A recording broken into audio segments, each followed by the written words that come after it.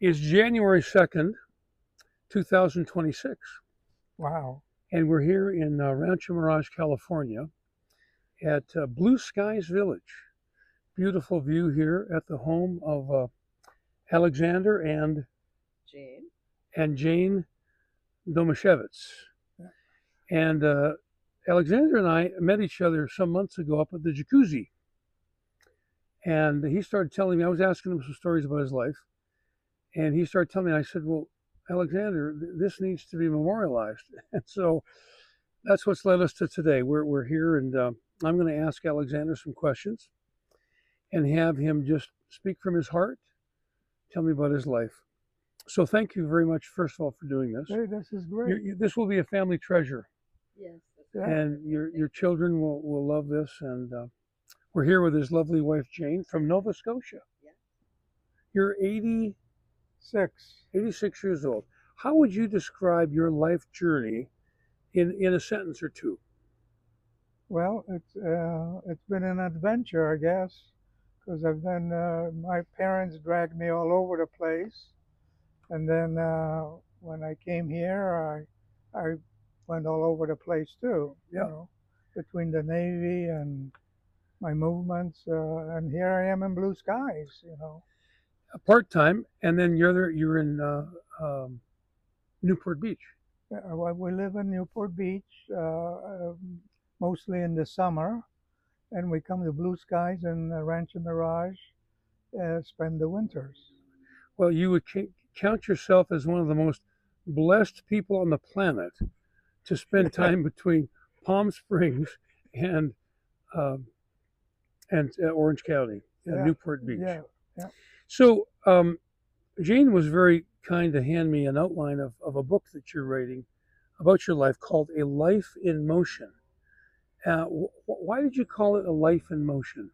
Well, actually, I called it The Wanderer, but we put it on ChatGPT, and they figured that that's what it should be called. A Life in Motion. Yeah.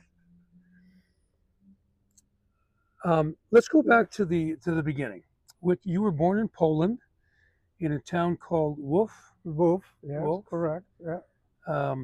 In Poland. In 1939, you were born? September 1, 1939, yes. And what have you, as you grew older, what did your parents or relatives tell you about the day that you were born? Well, I was born, I think our town was being bombed. They were fighting between the Russians. The Germans were fighting the Russians. And supposedly somebody was bombing somebody. And I think I was born in the basement of our apartment in Wolf. And my grandfather was a doctor, brain surgeon, and my aunts were nurses. They're 18 or something at that time, or 17. So I was taken care of basically by my nurse aunts.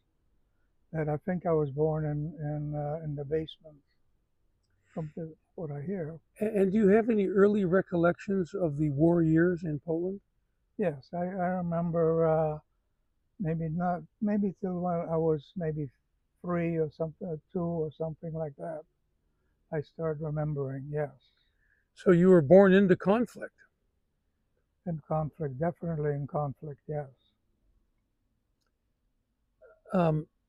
So do you have recollections of living there during the occupation? Yes, because I lived in Poland from the time I was born, when the war started, all the way till the end of the war in 1945. All that time I lived in Poland with my mother and my relatives there. And my father wasn't there because he was studying a business school in London. And when the war started, he didn't go back to Poland. He joined the British Army in a commando. He was a commando. So all during the war, my father wasn't there. It was me, my grandmother, my grandfather, my two aunts, and my uncle. So, what was daily life like during the occupation? Well, from the start, when I started remembering, uh, after September 17 or something like that, Stalin allowed.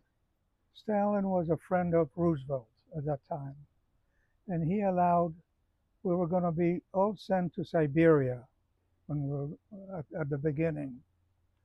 And communists came over in buses and took all the Polish people and loaded them in buses, took them to a railroad station, sent them to Siberia. And when the bus came to pick us up, the bus was full, or the truck. There was a truck. Bus was full, and the Russian soldiers said, "You wait here. We'll have another truck pick you up." And they left. And my grandmother said, "To hell with that. We're not going to Siberia," And she got us all together, and we left the apartment and hid with different friends we had in roof in the basements or wherever. So we never ended up in Siberia. But So, your grandmother was a heroine in the story. she was kind of in charge, yeah. And So, because my grandfather was actually in Warsaw at that time. He Yeah. happened to be in Warsaw. so your father was in Britain and had enlisted with the British. So, it must have been a terrible burden on your mother. What do you remember about your mother and how she endured those years? Well, all I remember about my mother is that she kept feeding me all the time, and I didn't want to eat. And we had a dog, and half the time my aunts would feed the dog, so my plate would be empty, Yeah. and I was allowed to leave the table. So that's when I was very young. But I remember another thing that happened.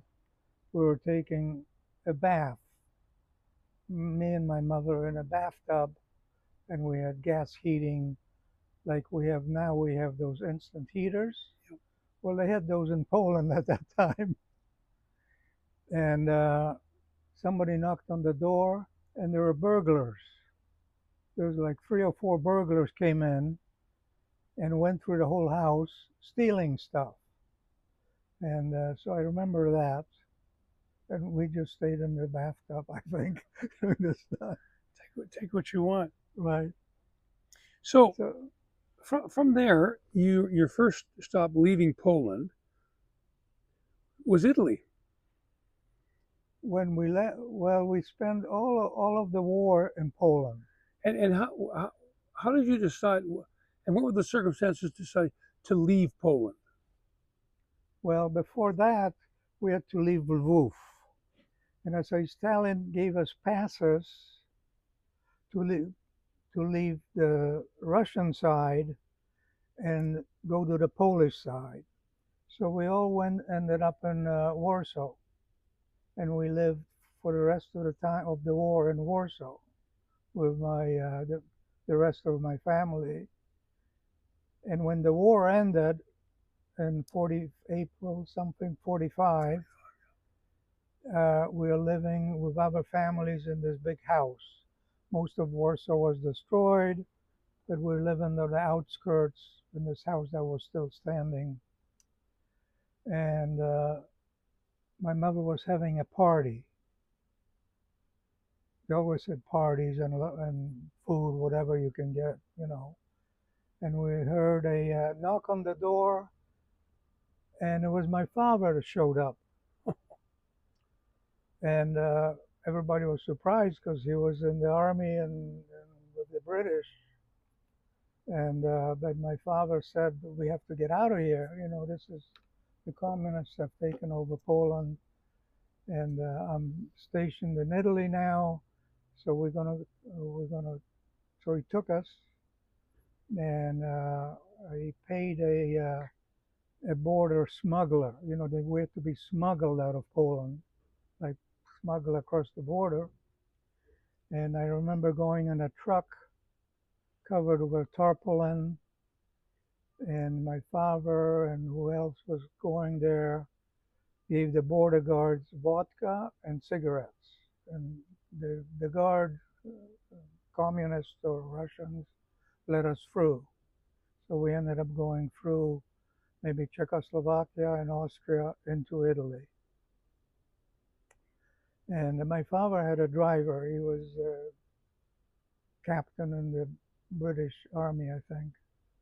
And he had a driver waiting for him with his Jeep at the border to Italy. So we went through, he drove us down through the Bremer Pass, Cortina d'Ampezzo, which is a ski resort. There was no skiing then, but there was snow at on the pass, and we went to Rome. So that's how we got to Italy. What did Italy feel like after the war to you as a young boy? And well, in Italy, what I remember, my great uncle was in charge of the Polish hospital in Italy, the military hospital. And the military hospital was stationed in Bari on the Adriatic. You know, it was a military hospital full of tents or whatever. So my mother and father left me there because they didn't know what was going on anyway with my great granduncle, and I lived with him for a few months. So it was a great time. We went swimming in the Adriatic, and my aunts were there. They were nurses that also escaped from Poland, and they took care of me there. And Did you like the food? I don't remember the food, but I remember going to the beach, running around in the Italian forests, and I learned a little Italian. So it was, as a child, you don't know really what's going Sure. on in the world. From Italy, you go to England. Yes. So I spent some time in Bari and some time in Rome. Played. We had a relative in Rome, and I was maybe 5, 6 years old, and started teaching me the alphabet. The letters, the A, B, C, and I had to write in longhand. In English? In English, or just the alphabet, French, Italian, and Yeah. She only spoke Italian, and so I learned Italian. Played with the kids on the street, and I learned Italian.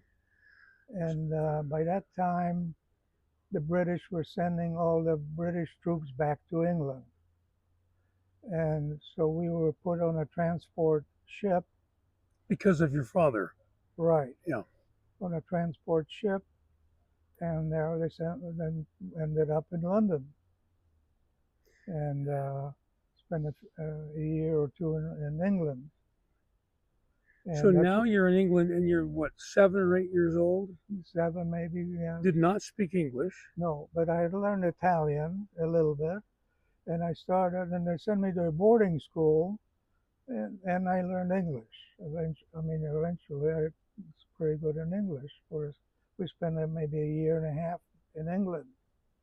So you were in England for less than 2 years? Probably less than 2 years, yeah. And then came Argentina. And most of our relatives or people we knew ended up in Canada or the U.S. because they were there early, and there was they only allow so many Polish people or so many Italian or whatever. Right. So after a while, we had a choice. My father said he had a choice to go to either Brazil, South Africa, or Argentina, and he decided to go to Argentina. Do you remember why he decided? No, I Argentina? don't. But Some people, a lot of people went to Brazil, and a lot of people went to Argentina, and a lot of people went to South Africa. Polish from the people we knew. But I So, don't know why you chose Argentina. but it was a real turning point for you in your life to go to Well, Argentina. well, I knew English by that time, so they sent me to a British school in Buenos Aires because I could continue, wouldn't forget English. So yeah, I was at school. Wasn't school was I wasn't never did well in school because always I had to learn a new language. But you're a teenager at this point. Well, I was maybe 8 or 9. I was, I think, second grade. They put me in second grade, as I remember, In Argentina? in Argentina. Okay. And the school had, in the morning we had Spanish. We had to learn the Spanish curriculum by law. And in the afternoon we learned the British curriculum, Oxford, Oxford School. And we learned a lot of the same subjects, but in English. So after all these years, do you have fond feelings and fond memories of Argentina? Yes, yes. A lot of my friends, it was a boarding school, and a lot of the kids in the boarding school were pretty well off. And a lot of them had parents had ranches or estancias, they call them there. So in the summer, they would invite me to go to their ranches. So I spent 2 or 3 months every summer at somebody's ranch. So at this point, are you trilingual? You're Polish, by English, that time, I could, Spanish? by that time, I spoke English, Polish, a little bit of Italian, but I was forgetting that, and English. Yeah. And Spanish. And Spanish, of course. That's right. So now, how long did you stay in Argentina? Well, when my father was in England, he put in for a visa to get into the U.S. And all of a sudden, like 80 years later, the embassy calls and he says, "Your visa is here." So now we had to decide whether to stay in Buenos Aires. We've lived there for 80 years or some time. And he worked for McGraw-Hill Publishing, I think. Oh, McGraw-Hill, sure. Yeah. And so he had to decide whether to stay there or go to America. So he went to America. Whereabouts in America? And he went to San Francisco. Yeah. And my mother stayed in Argentina, so that he would have a chance to find a job or see what's happening. But he had a hard time finding a job. I think there was maybe like a depression or something. There wasn't much work. So, but I went there and met him there, and we lived in a little apartment in San Francisco for 6 months. And I went to school there, Vancouver. This is San Francisco Technical High School, I think. And how old are you now in Well, San Francisco? Well, I must have been 16, maybe, something like that. You have fond memories of San Francisco? Yeah, San Francisco is a great city. Yeah. We took the streetcar here and there, and we went to Fisherman's Wharf, and Sure. Seal Point, Golden Gate Bridge. whatever, Golden Gate Bridge. Alcatraz was probably a working prison at that point. Probably, yeah. We went to Golden Gate Park, but my father had a hard time finding a job there, so he decided to move to New York. And my aunt that had immigrated to Canada at that time lived in Vancouver. And so between my aunt and my father, they decided to leave me with my aunt because I was still going to school. So you ended up in Vancouver. So I ended up for at least a year in Vancouver, 11th and 12th grade. Or as they would say in Canada, grade 11 and grade 12. grade 12. And in Canada, they also got a grade 13. That's back in the day. That's right. Yeah, in those days. But I just finished grade 12 And where did you live in Vancouver? with my aunt. Do you remember what part of Vancouver? It was West Vancouver. Well, that's where I'm from. Uh, and I used to take the bus to downtown Vancouver, Hastings. Over the Lions Gate Bridge? No, not West Vancouver. I mean, I lived in Vancouver, but not on West Vancouver. Gotcha.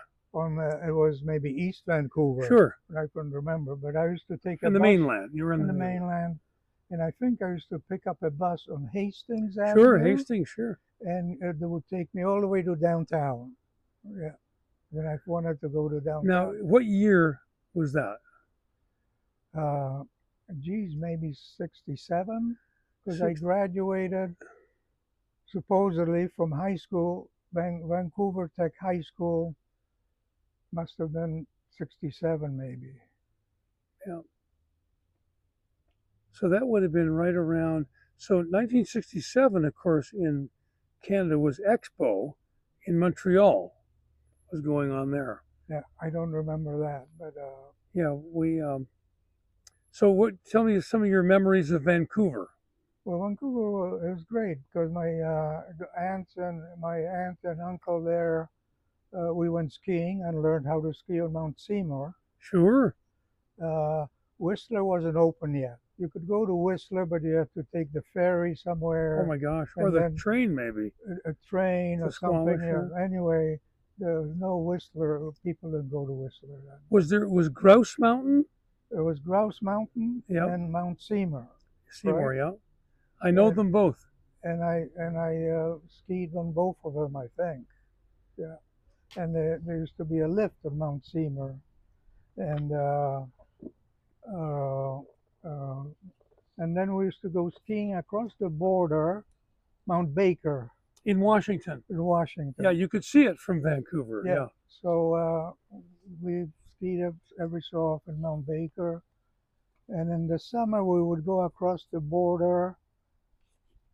There was a beach there that was a little warmer because it was shallow. In Washington? In the state of Washington. Okay. Yeah. Maybe Bellingham or? By Bellingham somewhere, yeah. Yes. And we used to go swimming there, so I remember that. And then I graduated from high school there. But I didn't really graduate because the problem was I flunked Canadian Social Studies. I don't know if it was called Social Studies. Yeah, that's what they called it. Yeah. Something like that. So I still went and got a piece of paper during graduation, but it was a fake graduation. So I didn't really graduate, but I finished 12th grade there. So when did you join the Navy? Was it after Vancouver? Yeah. So after Vancouver, my father was in New York.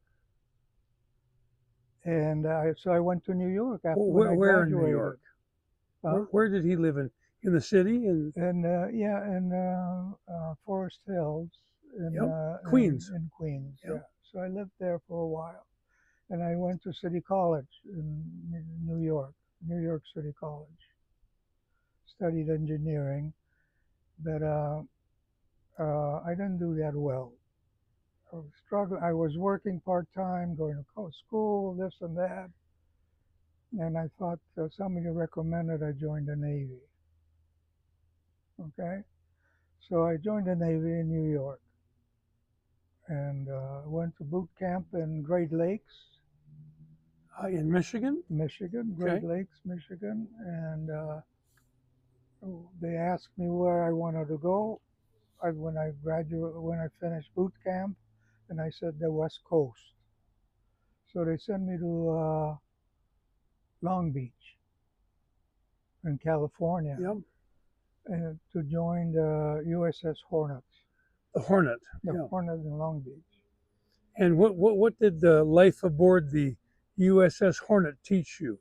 Oh, it was great. It was a really good time in the Navy, all over, because that was our home port. Yeah. But we went to overseas twice, overseas cruises, which lasted, 7, 8 months apiece. And we went to Japan, Hawaii, spent, I don't know, 4 or 5 months in Hawaii, and then we went to Japan, Hong Kong, the Philippines. So it was I really enjoy. I'd do it again. Did, did did the Navy change you as a person? Yes, it taught me all the American manners. I learned the slang. I knew English, but it was really growing up. Like you would grow up in high school maybe, and you learn all the proper language, Navy language. I'm not going to repeat it here. Did you get any tattoos?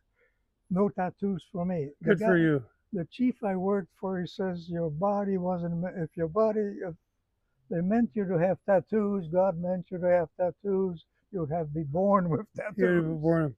So now, how many years were you in the Navy? So 4 years altogether, yeah. So now you leave the Navy. Let's skip ahead to family life and Yeah. getting married, and tell Yeah. us a little bit about that. So I got out of the Navy in Long Beach, and I moved to LA, and I went to LA City College, and I Yep. continued with my engineering Engineering. studies there.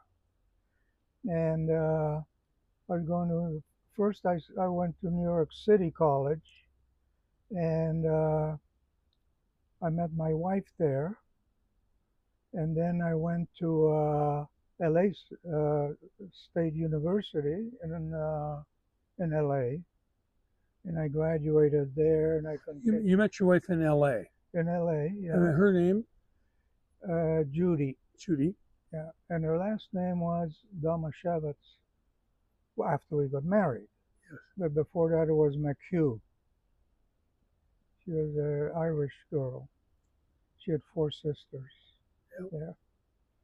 And anyway, so we moved to out. We lived in on Los Feliz in L.A. Sure, very famous street. Yeah, for a while. We rented an apartment, and then we rented a house in Altadena for a while I was going to college, and then we bought a house in Huntington Beach, and we lived there for a couple of years. Children. And we had my son Sander was born there. He's I think 50 now, or somewhere I forget how old. And I got a job. At first, I got a job at Ocean Engineering in Long Beach, and then I got a job at a company called Swedlow, which made windshields for aircraft, among other things, and plastics in engineering. And after a few years living in Huntington Beach, we bought a house in Newport. That's where we live now. You live in now. And unfortunately, my wife died. She had emphysema, and she had a lung transplant. And that worked for a couple of years, but then she passed away. Yeah, Just the one son. one son. Yeah. How would you describe? Did marriage and fatherhood change you as a person? Well, more responsibilities. Uh, my wife was a social worker, so she had a job. It was pretty good. So we survived on that.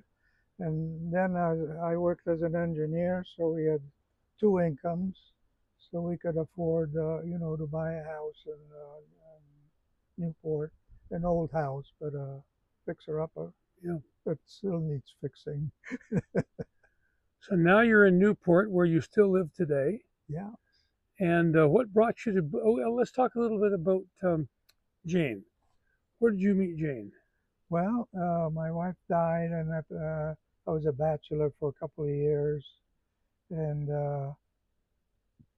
we would have, parties with my friends, and on the beach there. My friend had a condo on the beach and he'd have every week he'd have parties and so on. And so I met Gene at one of those parties on Balboa Island, on Balboa. Yeah. Now, what was a good Canadian girl from Nova Scotia doing in Southern California? Oh, let me tell you that story. So she was married before I met her to a architect, Canadian architect from Halifax, that was sent by his company to build buildings in Irvine. And he designed, and he was the chief architect. And a lot of the high-rise buildings in Irvine, uh, he was the one designed. But after a few years, they got divorced. So by the time I met Jeannie, and they were married in Halifax, they're both Canadians. She was living in Newport Beach, and I met her. I met her there. Yeah, And you've been married now for how long? 25 years. Is that right? 25 years? You have to check. Yeah, 26. She says. Now, what brought you? You have one of the most beautiful lots in Blue Skies. Great history on its own with Bing Crosby. Oh yes, yes. This is And great. what year did you buy this place here? Well, for some time we had a mobile home in besides the one in Newport, we had a mobile home in Florida on the water, and we sold that. And but we like we like we like a mobile home. So one time we came to Palm Springs, and it was summertime. It was very hot, and we were driving around, and there's a lot of mobile homes around the Coachella Valley, and we saw we saw a special on television. And what was the name of your guy that was Huell Hauser? Huell Hauser, yes, yeah, he did a whole thing on Blue And we Skies. saw a special by Huell Hauser about a mobile home park in Rancho Mirage. So we were here one weekend, spending some time. So we say, let's go find this mobile home park. And we drove around on Highway 111, and we had the address, but we couldn't find it for some reason. Now, what year is this? What year? 2006. But 2006. 2006, 20 years ago. So we stopped across the gas station across here, Shell gas station, On Peterson, and I yeah. asked the gal there, where is this mobile home park that's supposed to be around here? And she says, no sabes, you don't understand, no comprendo. No habla inglés. No hablo inglés. So we pull out of there, and we drive out, and there it is, right in front of us. It was meant to be divine, Right. divine intervention. So we drove in here and drove around, and we thought, geez, this is great, So we came here maybe the following month or something, and we talked to a realtor, and he showed us a whole bunch of houses. There were a lot of them for sale at that time, and we put some deposits. The people didn't accept a low ball, and we went back home to Newport, and then we got a call from the realtor. Says there's a great place coming up on the Circle here. Starlight Circle. Starlight Circle, but you better come right away if you want it, because it's just gonna sell right away. Right. So I drove here by myself and saw the place, and I really liked it because of they have a table that's lit up, acrylic table that I'll show you later on, that lights up. And I said, this is great. And I gave a deposit and so on. and I called Jeannie because she was working, and I went back and I showed her, the brochure, and she said, "That's great, let's do it." Let's do it. So we bought that. So the place we're living in, my grandmother, my maternal grandmother, bought that in 1969. 1969. Yeah, Wow. she paid $5,000 for it. Do you remember what you paid for your place here? It was 100 and It was 179. It was high then. 100. Oh, it was, yeah, because you're right on the circle. Yeah. It was high because it was people were selling and buying. It Oh, was yeah. things were really hot Yeah. that year, And they are now again today. and And lots of Canadians. So yeah, and it was great. We needed a little remodeling, some new Yeah. furniture and new appliances and so on. So well, this has been a real treat for me, yeah, and learn a little bit more about you. I have one last question for you. So, and think about it for a minute if you want. If you could go back and speak to Alexander in 1939, what would you tell him? I tell them do it again. The whole thing, no regrets. Yes. I think every place I've been was really great. In Newport, we had a boat. We live on the beach. We had a boat. We'd go to Catalina all the time, stay there for weeks sometime. And then in the summer, we go there. And in the winter, we come here. And it's usually beautiful here. It's always sunny. Every day has been sunny, except today, of course. But well, it makes good for the video, though. Yeah. I think for me, the biggest difference down here is the air. Yes, the air is just different than anywhere else I've ever been. I feel better here than on the beach. The beach is it's always humid. Yeah. And overcast a lot. The marine layer. And I come here and it's like a breath of fresh air. Fresh air, dry, light, fragrant. It's always light. I wake up and the sun is usually shining. And what is that? Got lots of somebody's getting the car delivered. Oh, an electric. So, Alexander, the main audience for this is going to be your family. Yeah. Your son. You have grandchildren? Jeannie has a daughter and a son, which are our children now. Yeah. And Sander has a son too. So they'll really appreciate this. Yeah. Well, and so if you and they'll be watching this for many years to come, hopefully. What would you, if you could give them a message about your life and the state of the world and advice that you might give them, what would you say? I'd say work hard and retire early.